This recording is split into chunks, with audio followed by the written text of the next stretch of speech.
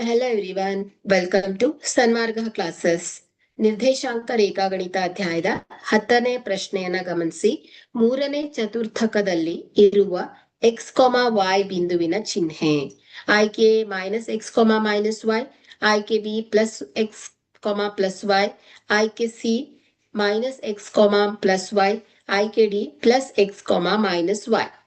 So ಇಲ್ಲಿ ಈ ಒಂದು ಕಾರ್ಟಿಷಿಯನ್ ಈ ಒಂದು ಸಮತಲವನ್ನ ಗಮನಿಸಿದ್ರೆ, ಸೊ ಈ ಒಂದು ಸಮತಲ ಏನಾಗಿದೆ 4 ಭಾಗಗಳಾಗಿ ವಿಂಗಡಣೆಗೊಂಡಿದೆ. ಸೊ ಮೊದಲನೆಯ ಒಂದು ಭಾಗದಲ್ಲಿ ಅಂದ್ರೆ ಮೊದಲನೇ ಚತುರ್ಥಕದಲ್ಲಿ 2 ಅಕ್ಷಗಳು ಧನಾತ್ಮಕವಾಗಿದೆ. ಸೊ ಇಲ್ಲಿ ಎರಡನೇ ಅಕ್ಷದಲ್ಲಿ x ಮೈನಸ್ ಇದೆ, y ಪ್ಲಸ್. ಮೂರನೇ ಚತುರ್ಥಕದಲ್ಲಿ 2 ಋಣಾತ್ಮಕವಾಗಿದೆ. ನಾಲ್ಕನೆಯ ಚತುರ್ಥಕದಲ್ಲಿ x ಪ್ಲಸ್ ಇದ್ರೆ y ಮೈನಸ್ ಇದೆ.